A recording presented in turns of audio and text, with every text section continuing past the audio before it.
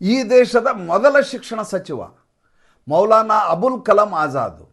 ಆತ ನಿಮ್ಮ ಹಾಗೆ ಸಾಂಪ್ರದಾಯಿಕ ಶಿಕ್ಷಣವನ್ನೇ ಕಲ್ತಿಲ್ಲ ರೀ. 1ನೇ ಕ್ಲಾಸಿಂದ SSLC ಓದು, PUC ಓದರು, ಡಿಗ್ರಿ ಅದೆಲ್ಲ ಏನು ವಿలువ ಇಲ್ಲ. ಈತ ಓದಿದ್ದು ಅರೇಬಿಕ್ ಭಾಷೆ ಅಂತೆ.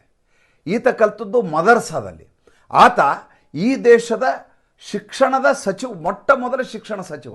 ಅಷ್ಟೇ ಅಲ್ಲ, ಸ್ವತಂತ್ರ ಭಾರತದ ಪ್ರಜೆಗಳೇನಿದ್ದಾರೆ ಅವರ ಶಿಕ್ಷಣ ಪದ್ಧತಿ ಹೇಗಿರಬೇಕು ಅಂತ ರೂಪಿಸಿದಂಥ ವ್ಯಕ್ತಿ ಮೌಲಾನಾ ಅಬುಲ್ ಕಲಾಂ ಆಜಾದ್. ಯಾರೂ ಪ್ರಶ್ನೆ ಮಾಡಲಿಲ್ಲ. ಕಾಂಗ್ರೆಸ್ನವ್ರು ತೊಗೊಂಬಂದರು, ಒಬ್ಬ ಅರೇಬಿಕ್ ವ್ಯಕ್ತಿ ಮಾತಾಡೋ ವ್ಯಕ್ತಿನ ಹಿಡ್ಕೊಂಬಂದರು, ಒಬ್ಬ ಮದರ್ಸಾ ಛಾಪು, ಆತನ ಶಿಕ್ಷಣ ಸಚಿವರನ್ನಾಗಿ ಮಾಡಿದರು. ಇನ್ನು ಇಲ್ಲಿ 9ನೇ ಕ್ಲಾಸ್ ಫೇಲ್ ರೀ ಅವನು, ತೇಜಸ್ವಿ ಯಾದವ್. ಆತ ಉಪಮುಖ್ಯಮಂತ್ರಿ IAS ಆಫೀಸರ್ಸ್ಗೆ ಧಮಕಿ ಕೊಡ್ತಾನೆ, ನಿಮ್ಮಿಂದ ನಮ್ಮ ಸರ್ಕಾರ ಬಂದಾಗ ಬೂಟ್ ಪಾಲಿಷ್ ಮಾಡಿಸ್ತೀನಿ ಅಂತ ಹೇಳ್ತಾನೆ.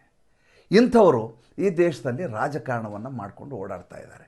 ಎಂಥ ವಿಚಿತ್ರ ಸನ್ನಿವೇಶ ನೋಡಿ.